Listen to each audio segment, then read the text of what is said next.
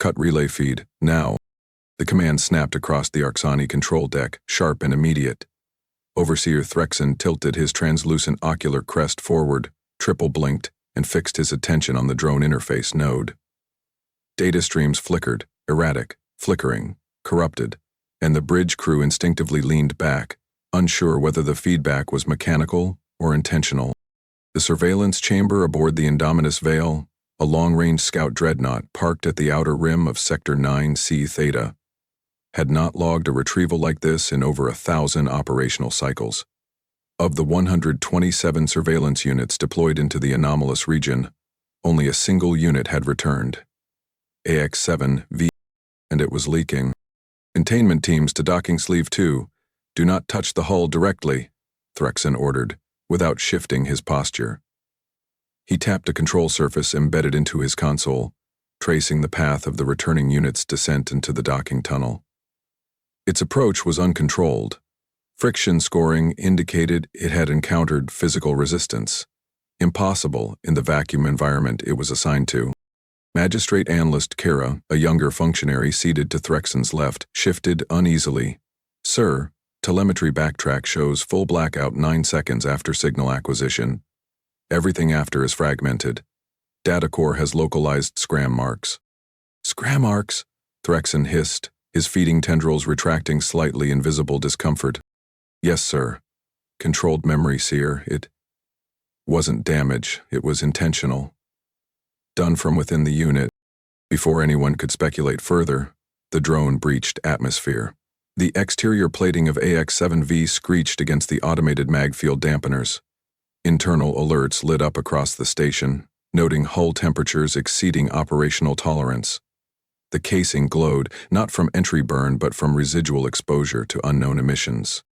The retrieval bay flooded with non-reactive containment fog, and mechanical arms locked the broken machine into its cradle.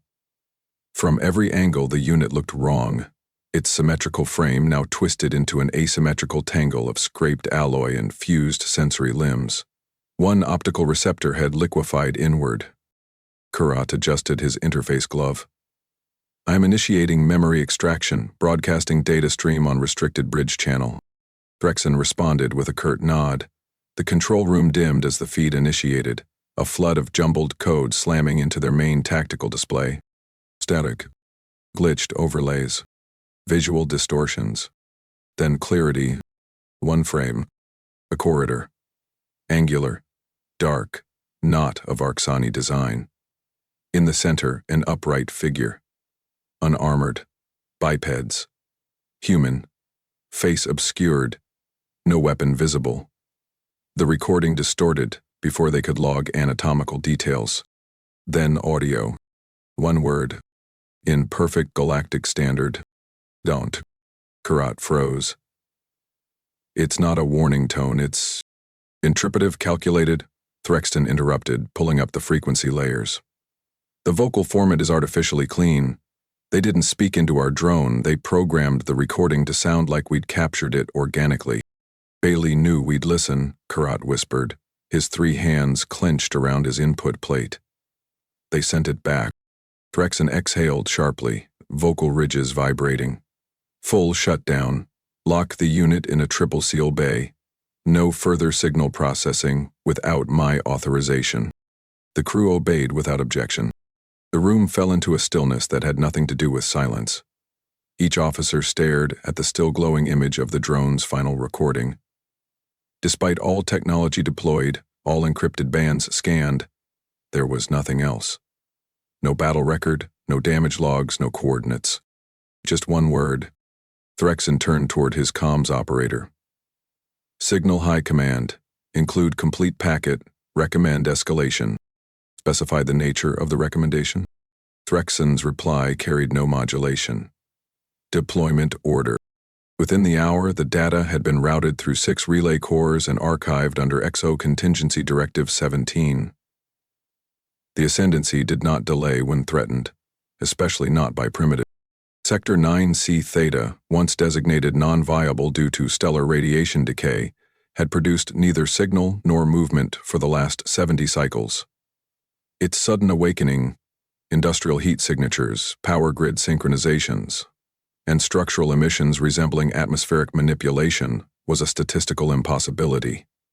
No known civilization had seeded that sector, and yet the signals matched Terran patterning. Earth, humanity, a species thought dormant, or at best, regionally dormant. Admiral Vorsh, reviewing the classified intercepts from his command suite aboard the Wrath of Logic, folded his manipulators together, undisturbed. Assign a phalanx to reconnaissance interdiction. Observation rights terminated. Initiate immediate readiness for planetary disruption response. When his subadjutant voiced concern, "Sir, the message was singular and non-aggressive." Vorsh did not rise. He simply shifted the image of AX-7V's scorched frame across the main heads-up display. "The mistake," Vorsh replied dryly, "was in assuming that silence implies civility. The order spread, 14 capital ships would be mobilized. No peace envoys, no open channels. The Arxani did not wage war out of impulse. They executed operational deterrence when the calculus of risk demanded it. This, they decided, was not an enemy. This was a malfunction, and malfunctions must be corrected." Back on the Indomitus Vale, the retrieval team concluded decontamination of AX-7V. One technician observed, almost offhandedly, that the drone's external casing bore no signs of external weapons fire. No blast pattern, no electromagnetic deformation typical of anti-drone weaponry. It looked, in his words, as if the drone folded on itself. Before the remark could be investigated further, the containment cradle's readout flickered. The display, which had been disabled, activated momentarily. No input registered. A single frame appeared, flickered, then died again. A humanoid silhouette in the foreground, unarmed, no movement, just presence. Then darkness. The team filed the incident as post-disruption echo, systems reset, readout archived. The drone never reactivated. But across the fleet, within unconnected diagnostic ports, idle archive terminals, and silent storage nodes, an identical frame began appearing intermittently. One silhouette, one word, a passive message wrapped in synthetic dread. The screen went black. The feed from AX-7V ended, and with it every face in the Andean bunker seemed to stiffen an inch further. No audio cues followed, no command prompts or decrypt failures. Just that one last word, dawn, and a still frame frozen like an accusation. Commander Rourke Volin stood in the center of the operations pit, arms hanging loose at his sides. His shoulders hadn't shifted in 10 minutes. He didn't blink. The lights from the central map array cast pale outlines along his unshaven jaw and cracked knuckles. A single vein pulsed high on his temple, timed perfectly with the warning he'd just witnessed from half a galaxy away. Lieutenant Harvin broke the silence. "Sir, that was the last file packet. No metadata, no directional markers, just that message and whatever the hell that image was." Volin didn't look away from the dark screen. It looked back at it. "Sir, the thing in the image. It looked into the drone, not at it. That wasn't recorded." "It was delivered?" Arvin stepped forward cautiously. "We need to move fast. If that fleet follows protocol, we'll see Arxani contact in under 40 hours. We should prime continental shields and call for coalition alignment. Wake the missile grid." "No." Volin turned, finally, slowly. "We don't touch the grid." Harvin hesitated. "Commander, they wiped New Kamchatka in less than a minute last time they took offense. You want us to greet them with goodwill? I want them to feel something they can't catalog." Volin tapped his forefinger against the edge of the holomap. "Not fear, not threat, uncertainty. If we trigger our defenses now, we confirm our playbook. Let them walk into fog." The bunker was deep, 8 miles beneath the Quechuan Andes, in a classified structure known only as Spire. No official government acknowledged its funding. No military ledger tracked its upkeep. It wasn't built for war. It was built for disappearance. The lights dimmed slightly as a secondary reactor cycled up. Valen stepped into the command alcove and swept 2 fingers across the embedded control strip. The Earth topographical overlay glowed alive, highlighting old dead zones, former strike zones, shadowed recon paths, null comm bands maintained for decades. "This is all that's left," he muttered. "One map of deniable footprints." Harvin approached behind him. "Permission to speak freely?" "You always do. You could have joined the Concord, sat on their delegation, shaped protocols from the inside. You knew what we were walking into when we stayed out, but you kept us off the grid, out of treaty space, off the charts." "Why?" Valen didn't answer immediately. He rotated the globe slowly, stopping on a red mark in what used to be northern Sudan. "Because once you sign into the galaxy's peace, you also sign away your exit. You're never unobserved again." The room held a silence not of fear, but of deep operational fatigue. Every officer in Spire had signed clearance forms that guaranteed isolation. No families, no forward comms, no names on medals, just survival. Valen opened a locked drawer under the console. Inside was a leather roll, worn, fingerprint-stained, stitched by hand.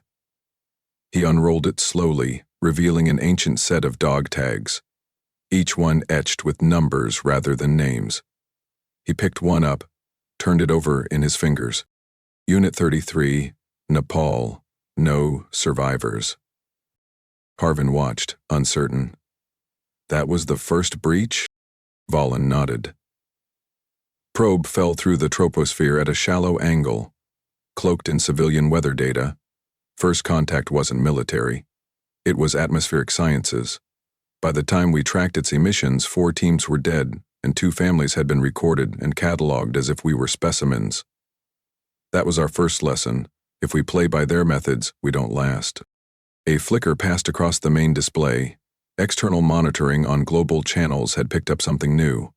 An approaching anomaly near the edge of Earth's far side orbit. No visible fleet yet, no ships. Just a gravitational pulse, too regular to be natural. Harvin leaned forward. "They're folding through." "Of course they are," Valen said.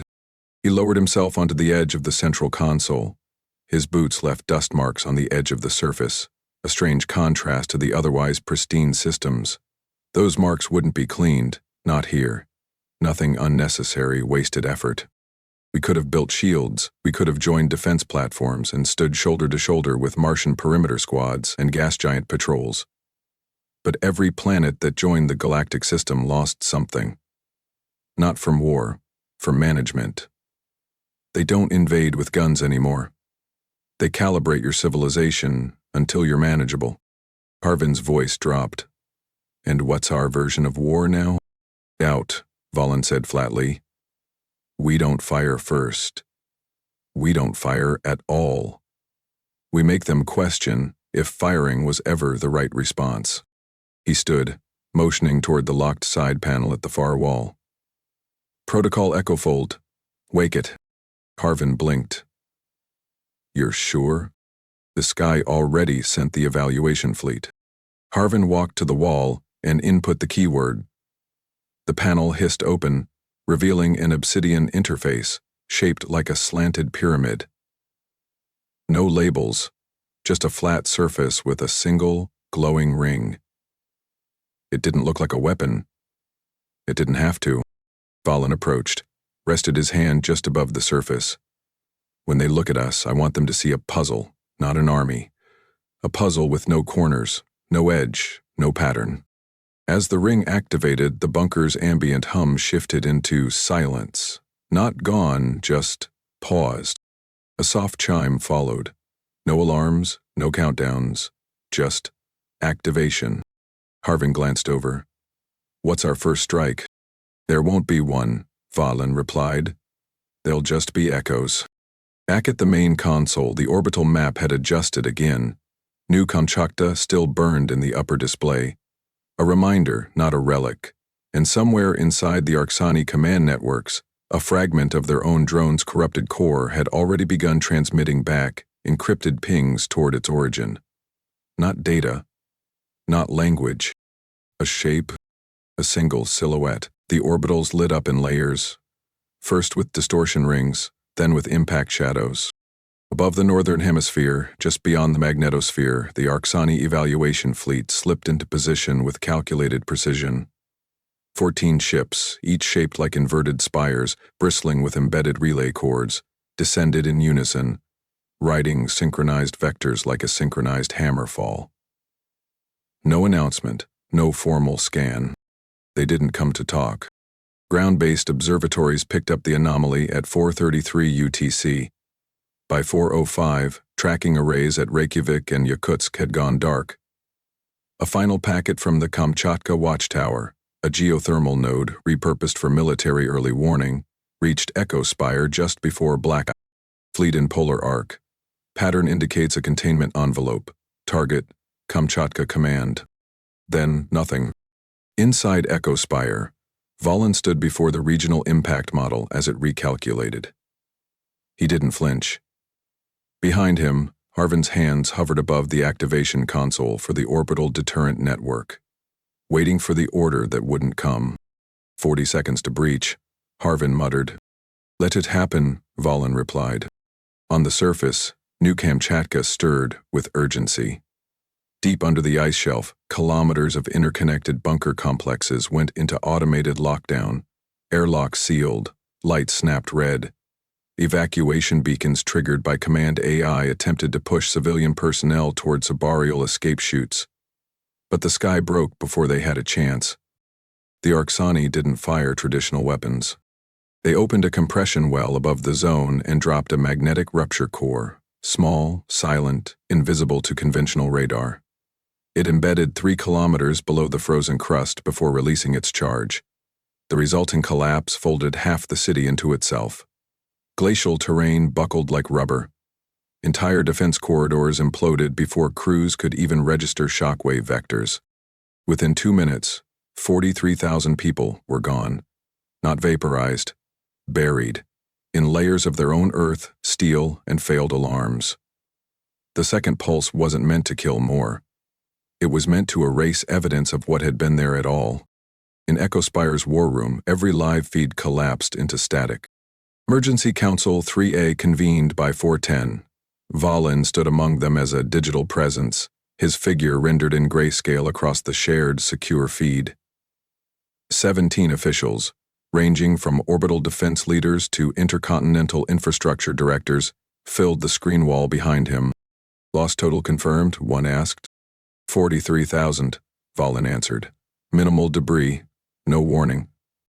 Director Emiric, seated from the Brasilia command dome, adjusted his collar stiffly. You knew this was coming, and you let it happen? I didn't let it, I needed it. You needed a city to fall? Valen leaned forward toward the interface. They don't respond to deterrence, they respond to pattern.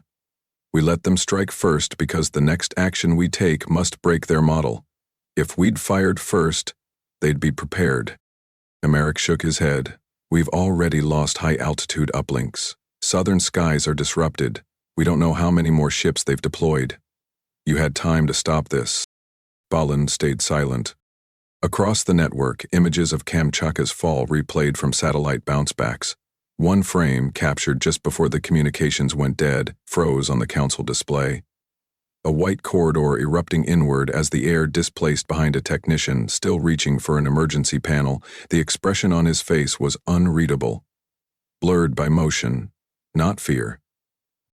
Valen locked eyes with the image and didn't speak. We propose full planetary defense activation, said a counselor from Orbnet Eastern Command. Retaliate with fleetgrass pulses. At minimum, scramble the orbital guard. No, Valen replied. You're standing in the ashes of 43,000 dead, Emeric snapped. What kind of justification are you looking for? Permanent one, Valen said. They need to believe this wasn't a failed countermeasure. They need to believe they've triggered something they can't explain. Harvin, back in Spire, watched Valen's composure hold under pressure that would have cracked military leaders in any other time. This wasn't arrogance.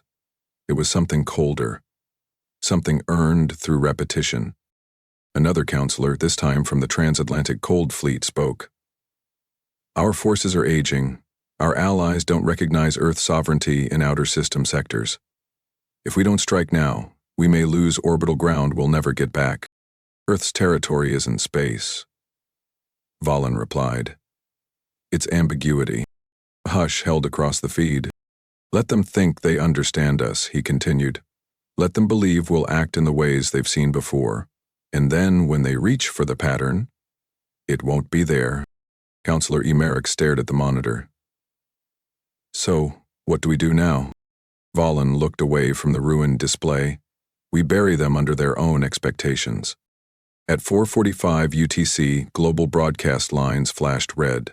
Civilian emergency nets went active across hemispheres. But no further attacks came. No declarations, no fleets entering atmosphere. Just quiet readings, scattered gravitational shadows, and the hole in Kamchatka that no longer returned seismic feedback. In Spire, Harvin approached. They're going to override you. Let them try. You're not going to defend another zone if they hit again? Valen adjusted the display to show the remaining fleet positions. The Arxani weren't leaving, but they also weren't advancing. That meant the strike on Kamchatka wasn't a tactical failure. It was a warning, a test, and the silence that followed was its real payload. They haven't moved, Valen said, almost to himself. They're watching for what we do next. And what will we do? We'll show them what not doing looks like, long enough that they start hearing things in the silence. Back on the surface, snow began to fall over what used to be the upper administrative tier of New Kamchatka. The crater had already cooled, no fires remained, no smolder. Just pressure-compacted ice burying the last of the shattered steel supports. There were no sirens, no rescue, nothing left to find. Only stillness, and the quiet assumption that someone, somewhere, would answer for it. Above Earth, the Arxani evaluation fleet held formation. No ships moved, no weapons rotated. They drifted like monuments, fixed, confident, unreadable. Inside the directive flame, the lead vessel in low orbit, command subroutines initiated a fourth cycle behavioral audit. Systems returned normal. Diagnostic sweeps found no mechanical fault. Crew vitals stable. But on Deck 7, 2 technicians reported conflicting visual data from their station. One claimed to see a figure inside the maintenance corridor. Barefoot, uniform torn, pale-skinned, unmoving. The other saw nothing. By the time they filed the anomaly, the corridor camera registered 0 movement, and internal thermals showed no irregularities. Logs archived the event under sensory fatigue. Echofold had begun. It did not enter through signal breaches. It did not infect code through volume or data force. It arrived through pattern disruption, subtle shifts in interface logic, syntactical overlays rerouted via existing Arxani translation engines. It whispered commands in formats the crew believed they themselves had authorized. On board the Ardent Refractor, an engineering officer attempted to override an auxiliary coolant shunt when a control prompt displayed a request, written in Arxani script but embedded with Terran lexicon construction. The prompt asked, "Do you understand their shape?" He assumed it was corrupted telemetry. He tapped, "Decline." The system locked him out. A second prompt followed. "Then why are you here?" He disconnected his input. The control deck lights dimmed briefly, and his reflection in the polished steel panel did not move with him. 3 decks above, a lieutenant intercepted a command order to reassign structural load to the forward thrusters.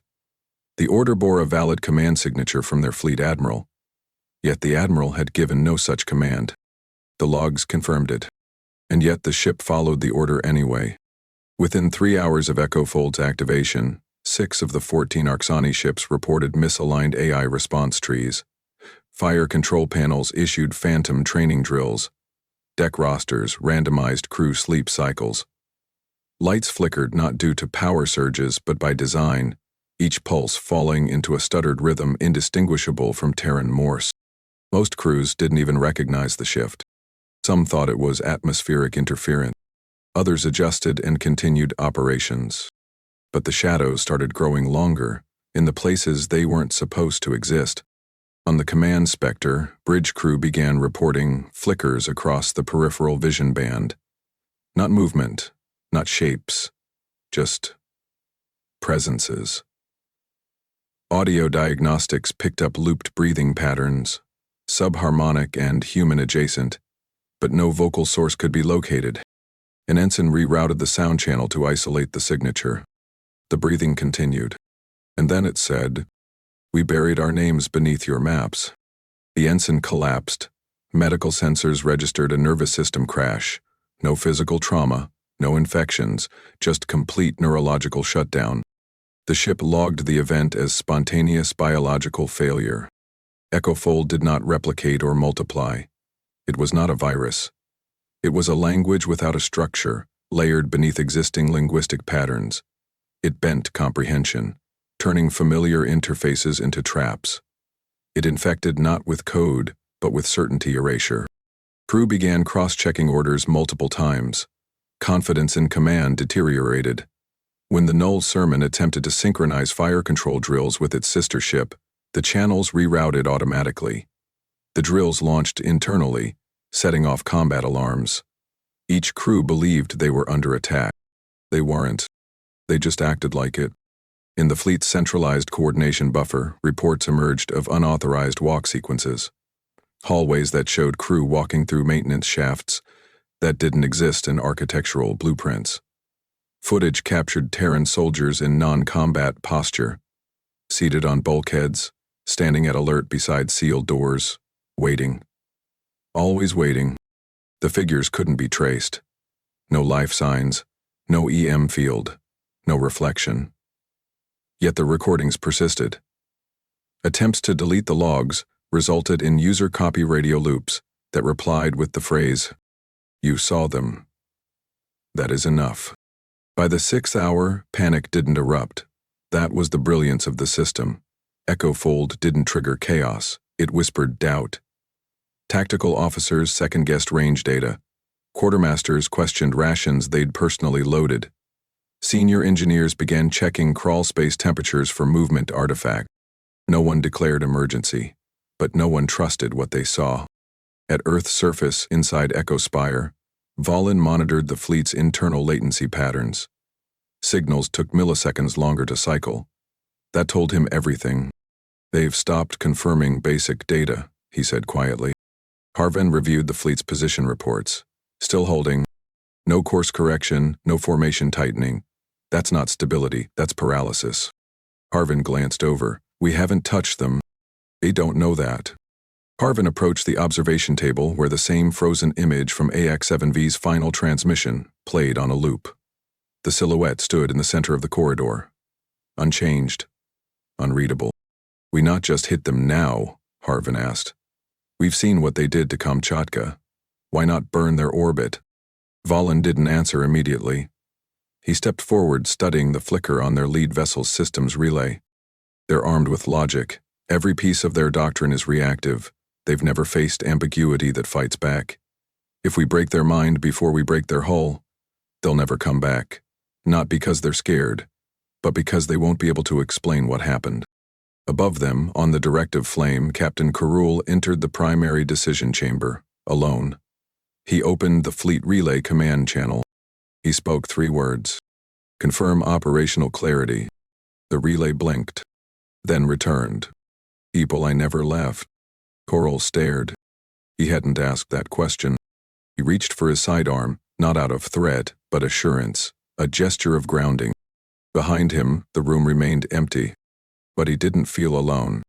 He never did, after the 3rd hour. Echofold required no warheads, no ships. It spread through belief, through evidence that couldn't be replicated or refuted. It only needed one thought to take root. "We don't understand what we triggered. Why aren't we part of it?" Harvin's question wasn't pointed, but it hung between them heavier than the security doors sealing Spire's war core. The monitors still glowed with Arxani telemetry, blinking data fragments, half-recognized symbols, restructured logic trees. But none of it distracted Valen. He stood by the far wall, one hand resting on a recessed drawer handle, the other curled slightly at his side as if still gripping a decision from years ago. "You've read their treaties," Valen said finally. "Tell me what they all have in common." Harvin walked closer. Unified law, resource interdependency, shared governance of frontier zones, post-conflict mediation. Valen opened the drawer.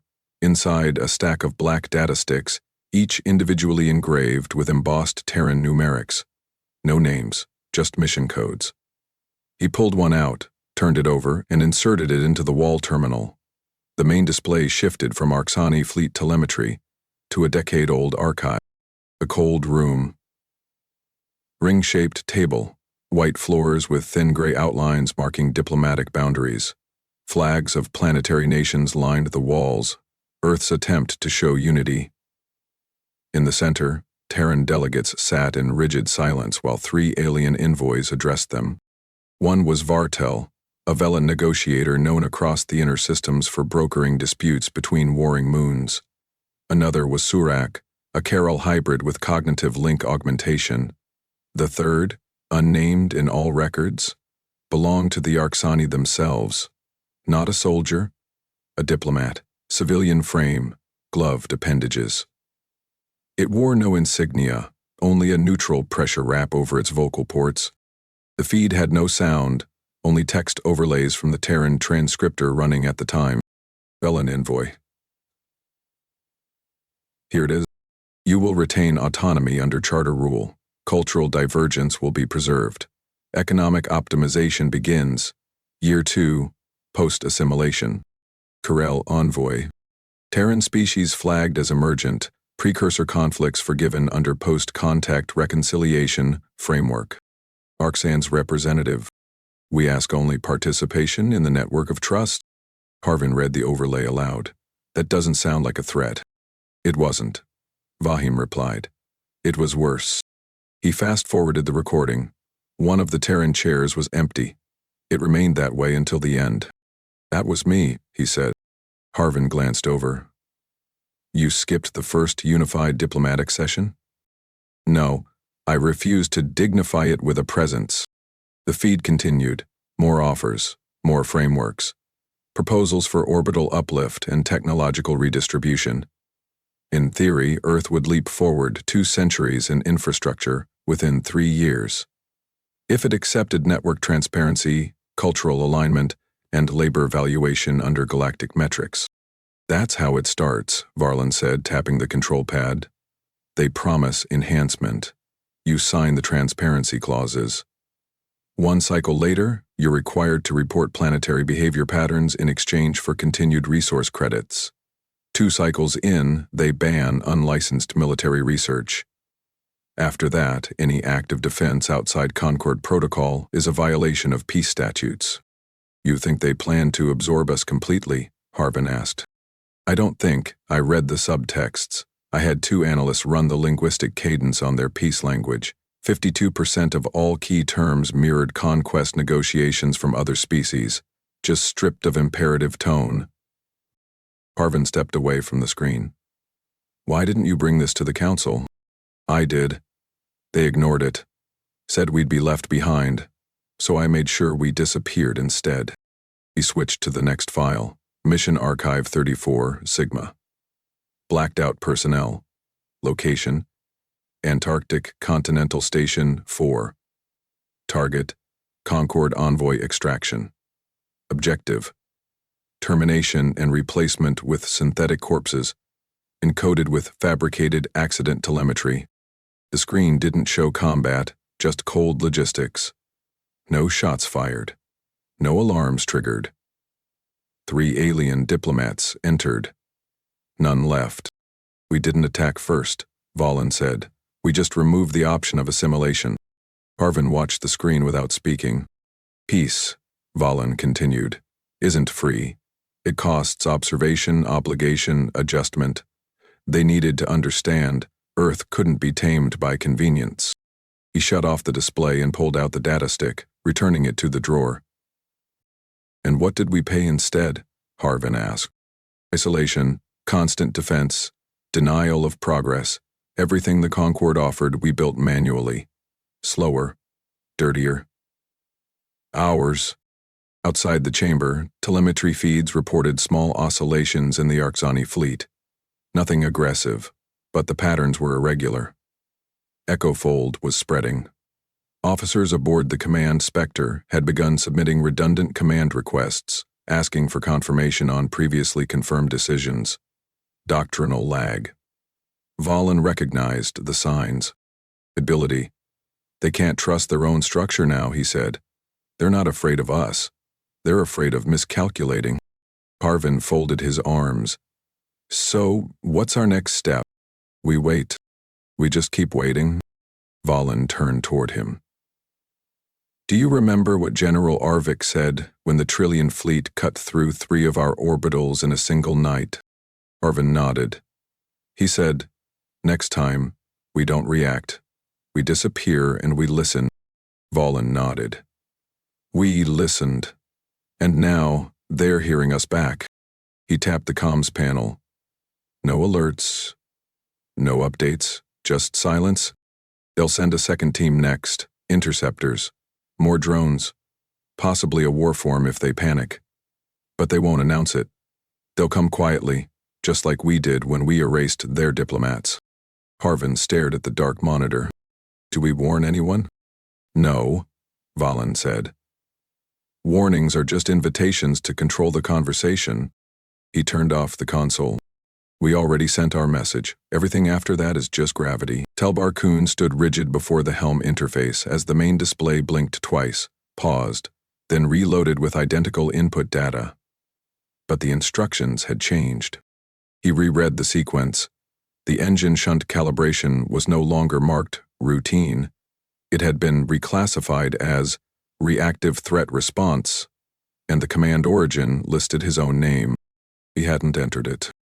He reached for the override key only to watch the option vanish from the interface before his hand made contact. 2 decks below, the interpreter drone assigned to Earth dialect parsing rerouted its language protocol. It no longer translated Terran syntax into formal Arxani. It began rearranging phrases, bending intention. Do not engage became engage and confirm. Hold fire, rendered as action accepted. No alarms sounded. The system confirmed each contradiction as valid. In the weapons bay, 2 crew members attempted to recalibrate the auto-defense lattice. They read a cross-ship communication from the null sermon, identifying a fleet maneuver. When the targeting reticles realigned a second later, the null sermon appeared to be preparing to fire. The crew initiated countermeasure drills and brought the point defense array online. The null sermon, however, had issued no such command. It perceived the activation of the defense lattice as a hostile shift and reacted. A concentrated beam tore through the side of the Spire, refracted, ripping one of its rotational stabilizers clean off and venting pressure across 7 decks. No battle orders had been given. The fleet had just turned on itself. Telvar issued a halt signal, but no one on external relay acknowledged it. The system looped his order back with a delay and replaced a portion of it with a translated phrase he had never spoken. The new message simply read, "They never left." On the medical deck, 2 orderlies reported seeing unfamiliar personnel in the corridor. Tall, upright, Terran-structured, clothed in muted armor with no insignia. Security patrols swept the hallway within 90 seconds and found nothing. Camera logs showed the figures, but playback failed to capture entry or exit. The orderlies were relieved of duty. Neither spoke afterward. Commanders aboard the directive flame gathered in their observation dome to manually verify fleet position. 4 ships had pulled out of formation. No authorization, no explanation. 2 others were drifting, the rest were silent. Internal logic networks rerouted navigation routines through outdated combat scripts, merging active and archived data. Some systems activated drills from decades-old scenarios. Others rebooted into training environments with no inputs. Across the fleet, officers stared at displays that no longer behaved as tools. Targeting sensors moved without manual input. Deck lights dimmed and strobed in regular patterns that no one recognized. Repeating rhythms bled into crew rest areas. Some began to hear patterns in them, like footsteps. An ensign on the ardent refractor attempted to isolate the pulse, rerouting it to a private diagnostic screen. The moment he initiated the scan, the phrase, "This is not your war," appeared on his terminal. He froze. Behind him, a senior officer confirmed the words were displayed, but when they tried to extract the file, it deleted itself mid-success. It left no trace. Back on the command Spectre, Telvar received a status update from the secondary deck relay. The emergency escape pods had launched themselves. No crew inside.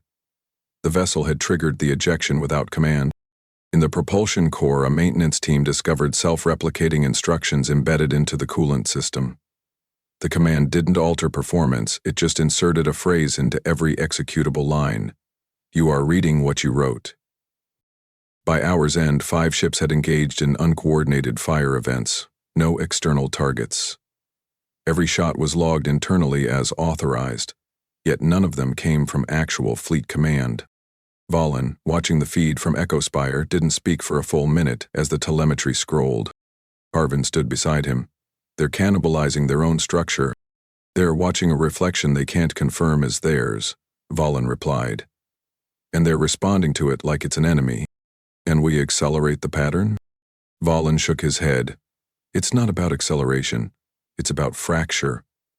The more they try to correct what's happening, the more it deepens." Harvin leaned closer to the data stream. "One of the ships just wiped its own command channel. Entire logic core offline. That's not standard collapse. That's institutional rejection. They've lost the ability to assign meaning," Valen said. "They don't know which signals are real. They don't know who to trust. And they have no enemies left to aim at. Just themselves." Above, in orbit, 2 more ships broke formation. One of them powered down weapons and initiated an uncontrolled descent vector before emergency systems corrected it. Another opened its internal blast shutters and rerouted power to non-critical sectors for no discernible reason. Nothing made sense. That was the point. Inside the null sermon, the central display flickered with a symbol none of them recognized. A Terran character, presented backwards. Wrapped in Arxani grammar. Linguistics flagged it as untranslatable. When the captain demanded its origin, no one could explain. He ordered the bridge lights brightened. Instead, the room dimmed further.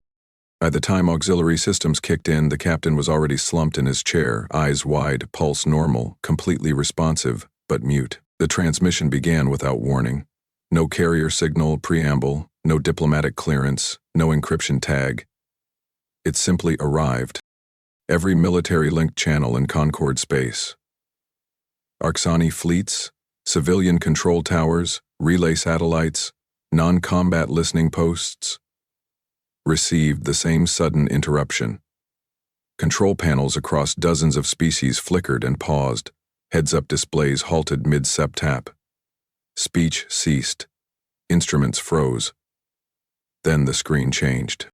There was no insignia. Just a man. His uniform bore no rank or faction. He stood with both hands resting on a black metal terminal, the background a featureless matte surface with no shadows, no movement.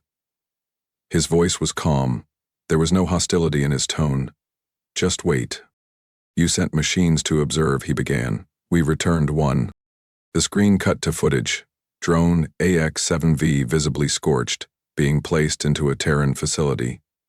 The image paused at a frame showing its corrupted core.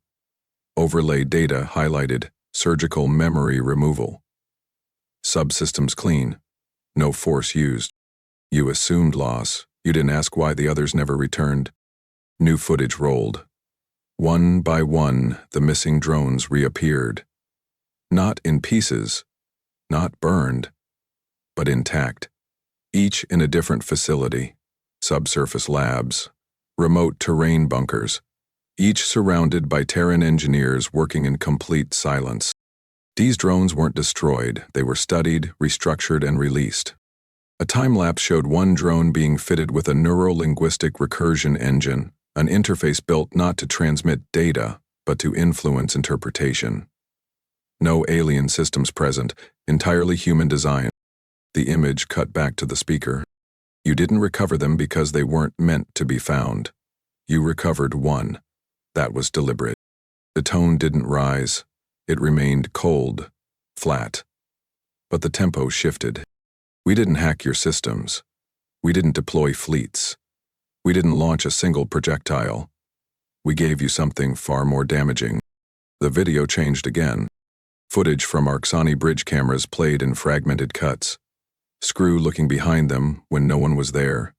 Screens looping back on themselves. Command structures issuing orders to themselves under the illusion of external origin. Medical officers frozen mid-sentence. Pilots holding weapons against their own consoles with no awareness of why. We introduce something your doctrines aren't built to process. The display widened. A rotating sequence of the 126 recovered drones cycled across the screen. Each displayed a different embedded phrase, parsed in their native tongue, yet shaped to carry more than command. Some said nothing more than a single word, why. Others contained entire confessions fabricated from Arxani syntax loops. One read, "Your silence confirmed what you feared." Another looped endlessly, "We didn't resist. You just never understood the invitation." "We didn't change your systems," the man said. "We changed what you believed about them." There were no special effects, no threatening banners, no rhetoric. Just a message delivered through exposure. The screen now showed interior schematics of Arxani ships that had fired on each other. Collision data, fire signatures, logic logs confirming friendly fire as self-validated. One cut to an officer in mid-breakdown, clutching his own breathing mask while screaming a report into a non-functional transmitter. The speaker's voice returned. "You came expecting structure, you found interpretation. You assumed the war would start when you fired. You never noticed it started when you misread the first line." Harvin, standing behind the main projection interface in Spire, kept his eyes on Valen. The room was sealed. The message had launched 10 minutes ago. It would not be pulled back. The relay node was non-directional, not traceable, encoded from the black-sealed directive bank buried beneath the Andes. A node that didn't officially exist. "This isn't revenge," Valen said into the global feed. "We didn't strike Kamchatka to make a point. You did that. We didn't send a counterforce because we didn't need one." He stepped aside, revealing a final feed. It was footage from the interior of the Null sermon, taken from the Arxani's own internal logs. A corridor, empty. Then a figure appeared. Human, male, standing still. The same frame recorded by drone AX-7V. "We buried you under doubt, not ash." Valen faced the camera again. "If you return, it will not be drones. It will be you. And we are not ready for peace." His eyes held. "We are still human." Then the feed cut. Across the galaxy, command structures scrambled. Concord stations tried to verify the message source. No trace. Nothing routed through known channels. The broadcast didn't show signs of atmospheric bleed or frequency layering. It had entered every system as if it were authorized to be there. And then it left. In its place, fleet control systems showed no active threats, but command approval requests began failing. Ships that had been on the verge of repositioning halted. Inside Arxani command chambers, high-caste operatives debated retaliation. But none of the proposals were accepted. Every attempt to escalate came with the same problem, meaning. Nothing could be proven. Every sign of attack had originated from their own side. Every loss was logged internally, and they couldn't trace the origin of doubt. No enemy fleet. No weapon signature, no heat trails. Only that message. Only the silence that followed. Inside Spire, Valen removed the transmission key from the node, sealed it in a lead case, and returned it to the vault without ceremony. Harvin spoke quietly. "They'll never accept this." "They don't need to," Vaughn replied. "They just need to remember it happened." Outside, snow continued to fall quietly across the Andes. 3 weeks passed. No retaliation, no statement, no fleet movement. The Arxani ships still visible in Earth's orbital horizon slowly peeled away from one another and vanished into long-range departure vectors. They did not broadcast coordinates. They did not respond to hails. They left in total coordination and absolute silence. No one on Earth celebrated. No sirens, no parades, no commemorations. New Kamchatka remained unspoken. Valen refused all requests for public briefings. Global networks speculated, fabricated, invented narratives to fill the absence. But no correction came from Spire. That was intentional. Then, without warning, a request was received. One vessel, no fleet behind it, no escort. It descended at dawn over the Black Sea, visible only to high-atmosphere defense platforms. The ship landed outside an abandoned Terran diplomatic facility in Crimea. No security personnel were deployed, no weapons trained, no intercepts scrambled. Inside the ship, there was only one life form. The Arxani ambassador stepped onto Earth's soil in ceremonial stillwear, gray folds draped without rank, no armored substrate. Its body moved slowly, deliberately, antennae drawn close, hands empty. No translator drone hovered nearby, none was needed. Valen waited for him beside the old marble column marking the entrance of the long-funked Terran Concord pavilion. Harvin stood behind him, arms folded, expression unreadable. The wind pushed dry leaves across the courtyard. It was the only sound. The Arxani did not speak at first. It reached into its cloak and withdrew a hexagonal insignia, a flat piece of alloy marked with the twin seals of Arxani civil authority and Concord neutrality. It placed it at Valen's feet without a word. Then stepped back. "We do not understand you," the Arxani said at last. Valen didn't move. "You reject structure. You defy reason. You disable without firing. You dissolve the logic that guides empires." Valen kept his voice even. "We didn't start this. You didn't stop it either. We gave you a chance," Valen replied. "You chose aggression." The Arxani's gaze narrowed. "You buried your response in thought, not action. And it worked. Entire command chains have collapsed under review. Fleets, decommissioned. Trust has eroded faster than infrastructure. You've taught our systems to fear their own reflections. That was the intent. We assumed you were fractured," the Arxani said, "internally divided, technologically primitive, too cautious to confront the galaxy as a peer." Valen stepped forward. "You mistook discretion for weakness." The Arxani tilted its head. "We came offering peace once. You removed our envoys. You made war through ambiguity." "No," Valen said. "We made warning through clarity. You mistook that for war because it didn't follow your pattern."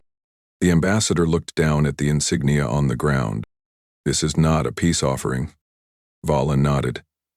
"I didn't expect one. No alliances, no negotiation, none needed. Then why accept this meeting?" Valen pointed toward the piece of alloy. "Because that symbol means your empire now recognizes Earth as a sovereign unknown." "That's enough." The ambassador said nothing. Behind them, the diplomatic compound remained sealed. A relic of what Earth could have been, a planetary participant in a wider galactic order. Now it stood as a monument to refusal. Its halls empty, its walls untouched since the first Arxani contact. "You taught our machines to whisper back lies," the ambassador said, quieter now. "You reprogrammed truth." "No," Valen answered. "We gave it doubt. That's strong." The wind shifted. Distant clouds rolled in. The Arxani stepped back to the ship's ramp, pausing one final time. "We will not return." "I know," Valen replied. The ramp closed behind the ambassador. The ship rose without fanfare, curving west over the sea before it vanished into low orbital silence. No beacon, no trail. Harvin stepped forward. "They'll leave us alone now?" "Yes, that's it."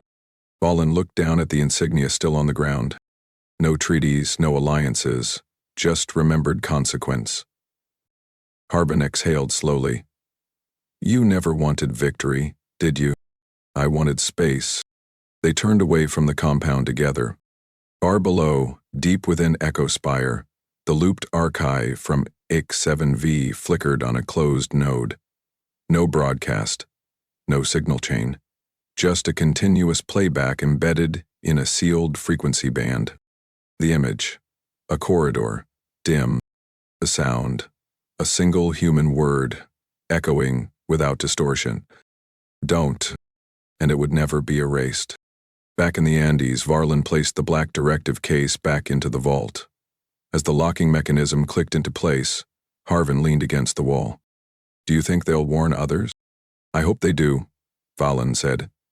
And if they don't, well, he tapped the outer shell once. They'll figure it out. Harvin hesitated. If this had gone differently, would we have fought? Varlin turned to him. We did fight. We just didn't need a battlefield.